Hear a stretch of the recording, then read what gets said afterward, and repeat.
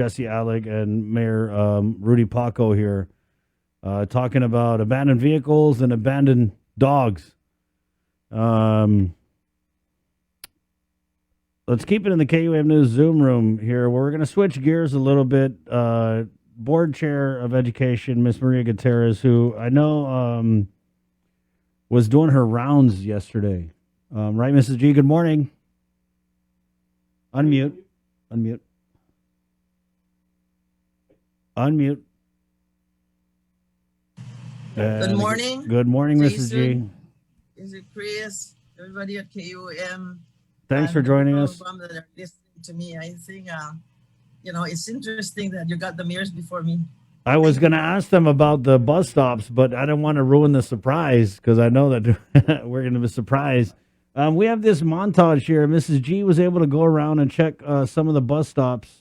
Mrs. G, while we're playing these pictures, just tell us about what made you go out and check these bus stops, what villages they're in, and which schools these bus stops are for. Chris, as a board member, and it's always been, I've been known that I don't only get involved in policy, also where it's for the safety and health of our students. I'm very concerned from cafeteria, restrooms, and including bus shelters. So I encourage my colleagues, as we were having these school readiness meetings, work sessions, to please go out there. Actually started with the grass cutting, the grass maintenance at the school, because I went around one Saturday on my own just to satisfy myself, because as a board member, I'm answerable to the 12,458 people that put me back in office. So I feel that I need to be prepared that if they ask me about the school, I know what I'm gonna say. So I encourage my colleagues to please, if you're in that area, just pass by the schools and please look, because our kids are coming back. They're excited to come back. People are saying that I read a comment where the board was ill advised about reopening. No, we were not. I was not ill advised. It was an option that we gave the parents to choose. As a parent, you choose what is best for your kids. I had email from a student from Ocean View Middle School, 11:30 in the evening, trying to ask me to help her because she wants to go back face to face. So as I do my listing, and I made it known that I'll be going around the school, superintendent said, just let us know so we can let the principals know. I just said, just tell them our board members will be coming by. I over the weekend, I keep asking myself, what else is missing for the readiness of the schools? Because I have, all the work session we had with the GDOE management readiness team, I was convinced that we're ready, but something is missing. And I said, wait a minute. What about the bus stops? Bus shelters? How well are they? How prepared are they? Well, Mrs. G, everybody's saying, we can see how well prepared they are in these photographs that you took these yesterday. What schools are these bus stops service? Obviously, the state of neglect and disrepair. I mean, nobody's checked on these things since before the pandemic, it looks like. So which schools are these servicing? It's really in the northern part. And Chris, the issue here, and I hope our elected officials are listening, that there is this thing, and this is not just on this board, in the past board, who is responsible for the bus shelters at every villages. We had a work session at one time in the past 2 years ago where DPW and our mayor's representative were at odds. It's not my responsibility. I only give them the decision where, or the recommendation where to place the bus stop. It's public works. Public works said, you're the mayor in the village. You take care of it. So it boils down to when the public criticize about the bus shelter where their kids are, It's the DOE. Well, it's not DOE. So Mayor's Council and DPW and the Island Beautification Task Force have to get together once and for all and address this. Who is responsible for the bus stop?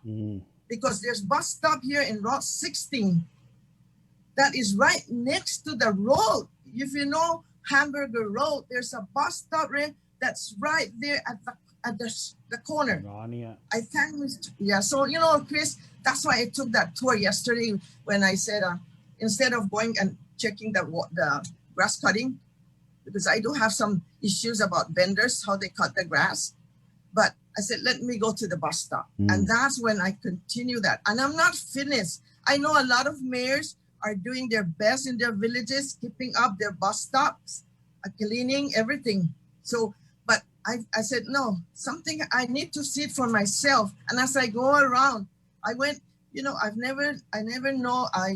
First time I ever went into this road that brought me up to that farm. I never knew where's this farm until yesterday that I went in there looking for bus stops because there's students that are attending our schools. And then what bothered me is they had this glorious occasion 2 years ago, ribbon cutting on the road that goes into the subdivision. They build a brand nice white painted bus stop, cement. But right next to it is the old wooden bus stop. And what bothered me is the nails are sticking out. What would happen if any of the kids touch that? Then going and further up in a wooden bus stop, it's nice, it's painted, but when I went further up, the floor is all warped. Then then other bus stop. Is this the preparation for our kids this morning? Or the elementary start this tomorrow, but these bus stops that I went to yesterday, the middle school and the high school starts today. Right. And I know the mayors have a lot of work, but they get together with the Department of Public Works and because I was told, some of these bus stops were adopted. Well, if they were adopted, then get in touch with the Island Beautification Task Force and get in touch with this. Mrs. G, stand by, please, Mrs. I'm G. just upset No. Chris, Keep being because, upset. I like it when you're upset. It's 8:02 or KUAM FM. Agotnia Guam. To our viewers on KUAM TV, thanks for jamming with us and drinking your coffee and eating your potu with your butter on KUAM TV. The show's over there, though. There's a lot of great programming on the way. You can jump over here on our Facebook Live feed. Again, the link is a multimedia broadcast extravaganza. We're also on the radio, KUAM FM, Agotnia Guam, The Breeze, 93.9 FM. Again, 8:02 to our viewers on KUAM TV for the vacationing Sabrina Salas Mantanani. My name's Chris. Hasta adios.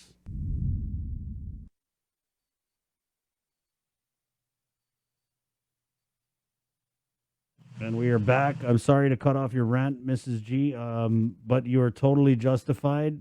This is another example of how does something so big get forgotten? I mean, we're going back to school, and it's just like you said in the beginning of this conversation. You did the inventory in your mind. Okay, what do we got? We're cutting a thing. We're doing this. We're doing that. Is that everything? The bus stops. So I don't know who to call out. Do we call out the Beautification Task Force? Do we call out DPW? Do we call out the mayors? Yes, we call them all out because they all forgot. They all forgot. And Chris, I'm calling them all out, okay? Because for DOE, I keep them on their toes for the preparation of this reopening. Because as a board member, if there's a complaint from the parents, the students, or teachers, I have to answer to them. And so I'm calling them out.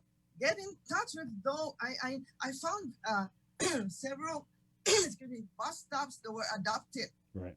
And I'm very satisfied. I'm very happy. The Lions Club, District 204, the United Airlines, there's a church organization. They kept there. So what about the others? But when I come to a bus stop and I find cases of beer, empty cans of beer.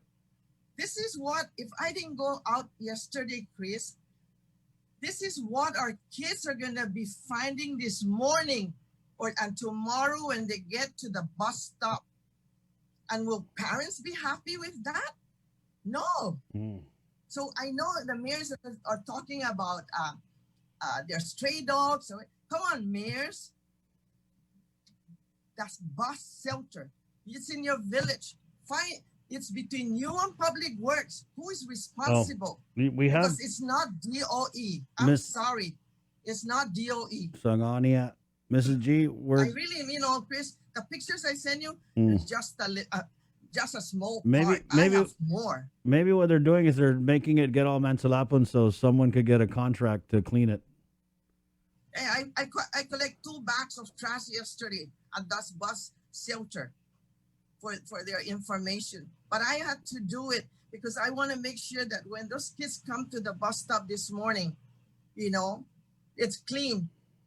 Thank you, I'm not doing it for my children, my grandchildren, my great grandchildren. I'm doing it for all the kids in the public school Mrs. system. G. And that's I'm sorry because Badai high I blood. just have the picture. I have more pictures. I have more pictures. Send And it. if the wooden buses are no bus shelters are no longer usable, demolish. If they can demolish, burn it, and call fire department to be right there to spray the water. Mrs. Because G. it's not, we DOE, are you ready, DOE? Are you ready, DOE? DOE is ready. But what about the other agencies that are also providing services to DOE? I will continue my trip out to all the bus stop. Yes, the picture was sent to the mayor's council, and we tried to facilitate. Well, it was too late because I already found. If I didn't go out yesterday, I wouldn't have found that. Talk, And I Mrs. won't G. have bring it publicly. Let's bring on Deputy Director of Public Works. I know his ears are burning because every other word's been DPW, DPW. So we'll bring on Jess Garcia. Jess, good morning. Sorry to bring you into this, but Mrs. Maria Gutierrez, the Board of Education Chair, did a tour of some bus stops yesterday, and let's just put those pictures on a loop. All right. And she was talking about how every year this is the same issue where DPW says, no, it's not us. DOE says, no. And then the mayor's like, not involved. So what is your department going to do, if anything, to, make these bus stops? We've got rusty nails sticking out. There's one picture she showed of the Laddystone one where the rebar is coming out of the bench. Whose responsibility is it to maintain these Okay, well, bus it's stops? pretty much, Chris, when DPW places the bus shelter out there, okay, the bus shelters are not a funded program in DPW. It's if we have available funding ability, then we would make bus shelters and put it out. So that's why they're all funded. There's a funding source for that. These wooden bus shelters are not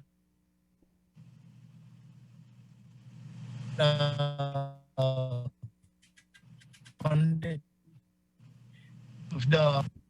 With the bus shelters itself, it has to be a community thing. It's not only school students using it. You got the homeless using it. You got different people using it.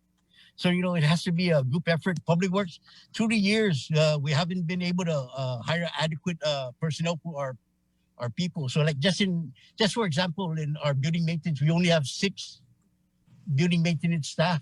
We handled all the departments on the government. So, I gotta think of how to get these people to prioritize our mission for Public Works. It's not just DOE. We got the other government agencies that have calls, and I only have a limited staff. Mrs. G, is that answer adequate for you? Thoughts of funds? I'm a very hard person to be convinced, and I feel from Mr. Garcia, and I know Jesse, and I know he won't put anything down. But I think now I'm hearing you, Mr. Garcia, the one that that Chris was talking about of the bar sticking out. That's up at the Gafa Gumas, right next to the basketball court. Okay. Further, so I know, and that's very danger, really. And so this is now you have to get also with you know, find once and for all, maybe with the legislature to put review that what is really under the purview of public works and what is under the purview of the mayor's council. Because yes, as a mayor too, they have a responsibility to, you know, in their villages. And I'm sorry because, you know, we they can use this COVID-19, but you know, they went around during election time asking their villagers to please bring their, you know, they want to come back in. Well, what happened after November 3rd? So there, once and for all, it has to be clarified because it's the blame falls on the Department of Education all the time. And I've been on this board where the Board of Education is not doing anything. Superintendent of Education not doing about bus stops. No, it's not the bus stop. It's not our responsibility. So I suggest if these bus stops were adopted by nonprofit organization that get in touch with the Island Beautification Task Force to call out all this organization that adopted the bus stop. What are the requirements when they request that they want to adopt the bus stop? It's just to put their logo, their name there, but they don't do anything after that. I don't think that should be. They should continue to uphold, keep up that maintenance of that bus stop that they adopt. We didn't have any last year. 2019 school year, we had the Island Beautification Task Force clean bus stop. Due to weather, it was canceled. DOE proceed. I had my student leaders that we could clean the routes, the bus stops here in the Upper Tuman, and I had a student that continued to clean that. So that we have, this is for our kids, because from home to the bus stop, the kids are there before they get to the school. So we are there. Everybody's concerned about the virus. Everybody's concerned. I don't know if those bus stop, because if I had my broom yesterday, I would have swept all those trash there, but I didn't have my broom. Were they sanitized? Because they expect the schools to be sanitized before the students to get there this morning and tomorrow morning and Thursday. That's my concern. That's really my concern. And I'm not that loud, big, straightforward, loud Maria Gutierrez. I'm doing this because of the students. And if I didn't go out there yesterday and I just go and take the grass cutting at the school, I would never find that. There's a bus stop over there by Stick Road. And when I got down to take the picture, there was a gentleman there who was cleaning his property, and he said, "Oh, take the picture behind here." So I said, "Okay." Then this is when I took the picture, and then if you see that picture, the big hole on the floor, Chris, that I sent you, how would if it was raining today, how are the kids going to be in that bus shelter with that big hole there? Those are things that, yes, everybody in the community have to come together. But our kids here is for our students. And when it comes to the public school kids, I really go out there to make sure. I cannot assure 100%, but I look and where it's needed.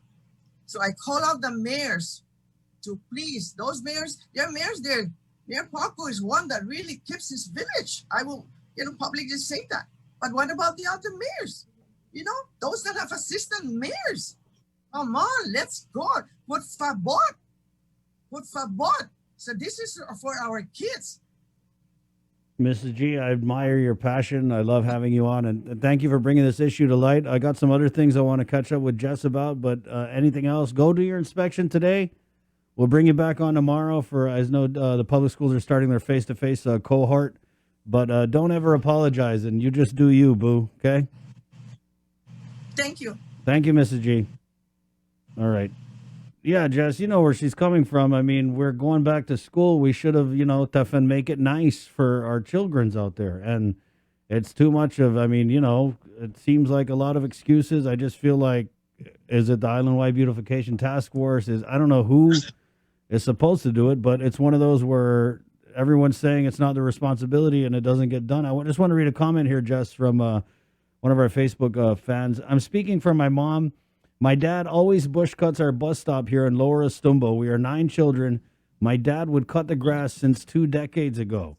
Just last year when COVID hit, he hasn't been cutting. I think it's not only the government's job, but also the parents to make sure our children are safe. We never ask our mayor for any gas. I guess we'll continue cutting it. I love my island and we all live in it. Have a nice day, Guam. Stay safe. I just feel like, why don't we have that same attitude with our government? Why isn't the government saying, you know what, never mind, I don't care if it's DOE or the mayors or whoever, we're going to go do it. Is it that hard, Jess?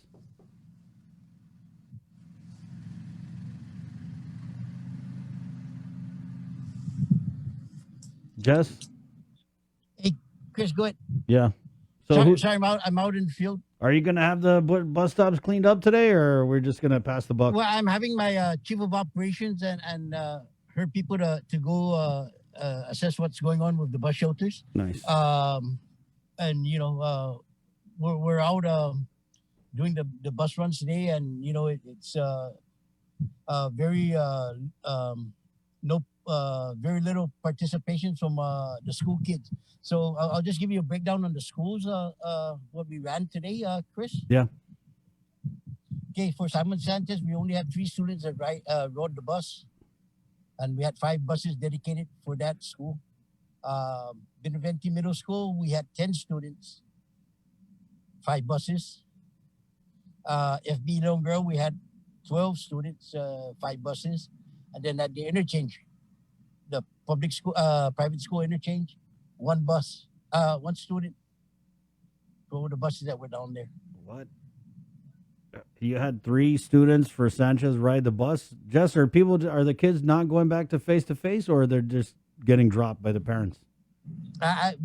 They gave us a schedule. We followed the schedule, and the bus run. That's what we picked up today. As of this morning, all the kids have been delivered to the school that were on the schedule, and that's our ridership today, as of this morning. And again, that was 3 students from Sanchez rode the bus. There were a total of 5 buses, and we're seeing similar numbers with the other schools, Jess? Yeah, low ridership. Right. That's interesting. What's your take on that with all your years of experience? Well, it's a pandemic, right? So you still have parents that don't want their kids to go to school. They rather have them do it online, and some want to go face to face, but they're still weary of. Is it safe for the kids to go to school? But it's really a challenging time at this time of this pandemic. Yeah, that's the pandemic. What was probably pretty cool though was, can you imagine being a Sanchez student, the only one on the bus? Yep. I mean, you got to feel pretty special. This is the first day, so we'll see how DOE's gonna manage the situation. Wow. So we as for my staff that were out there, John Fernandez was up at Simon Sanchez this morning. Right. And so we prepared for a big turnout. We didn't get it, but at least at the end of the day, no one was left waiting at the bus stop here. We had someone on our Facebook Live comments. Bus was supposed to arrive at 6:10, came at 7:01. Is that an acceptable delay under your watch, Jess? No, if there was a schedule they're supposed to meet, they should be there. I'll find out. Did he put where or what location? I want to say that's got to be a southern school. If you want to put that in the comments, we'll have Jess follow up on that. Melissa, But yeah. there's only 3 public schools today that are open. It's Simon Sanchez, Beneventi, and FB Leon Guerrero. Right. Okay. So we'll follow up on that. Jess, tomorrow we're seeing more public schools and other schools go face to face. I can probably give you an update tomorrow when I get it about the same time. That sounds good. But are you guys prepared for that? And are you anticipating more riders? Yes, we anticipate whatever schedule that we have with the students. How many students are for each school? So we prepared the buses for that. The school in question, Jess, for the Molesto bus was Mount Carmel. There are a lot of private schools also up and running today. Yes, I'll find out, Chris. Let me get the details on the private schools. Okay. And then what else are you guys working on? This is kind of the big thing for the next couple of days for you guys. Is there anything else on DPW that we need to find out about? Well, it's just our basic the school buses, and then as well as we also got still the vaccination ongoing, Right. which we're still helping out on traffic flow and stuff like that. So we have a big challenge tomorrow with UOG. Right. Oh, that's UOG. So, what's the deal with the UOG? That's going to be tomorrow, 8:30. This is Phase 1B, 75 years and older. Yes, and they're anticipating close to around 700 vaccination for the second dosers. Wow. And so, where are the Manamco going to be lining up there at UOG? Are we going to try and get them all in the I got aircon? we planned out the parking and the traffic flow for it, Chris. So hopefully the way I got working up at Ukuru, we should be able to manage get the traffic up in that area. Okay. Pretty much the same way. Get them organized parking and then calling them out by numerical numbers. Okay. Okay, So you Jess. should try to keep it smooth. Right on. And so we're at Ukuru today for vaccinations. That Yes. is individuals 75 and up and others who received dose No, one. it's the second dosers up at Ukuru today. Right, right. The Inran is the first timers, the first dose or for the vaccine. The It's rookies. down at Inran. Right, yeah. And so Ukuru's for second dose, Inaran for Yes. first dose. And then tomorrow they'll go to the UOG field house. Tomorrow and Thursday at UOG. Yes, and then I believe Inran still continues with first dose until Saturday. Right. Jess, we had a comment here. I know we addressed this in another interview, but will the busing for quarantine facilities affect busing for schools and other services? No, because we're going to contract it out, right? Well, we're looking at contracting it out, but you know the amount of people that were interested, there's still issues, and as per my bus operations, they said they can still manage the operations for that because it's only certain hours of the day, which like in the evening and Right, early right, morning. Right. Okay, Jess. Thank you, Al. All right. Okay. Okay. Thanks. Okay. Just call me. Chris, Yeah, of anytime. course. Tomorrow. Right on. Thank There you. you go. Yeah. Call me. Yeah. Yes, so sir. just send me the link. Okay. thanks. So Jess Garcia there regarding that bus stop situation says he's going to have his operations people out there and assessing the situation. Make sure they bring some bush cutters. Right? I just don't know how this got past our government leaders. You know, I think we're just so excited to reopen the island that we're forgetting all the little things, right? And the little people, the kids.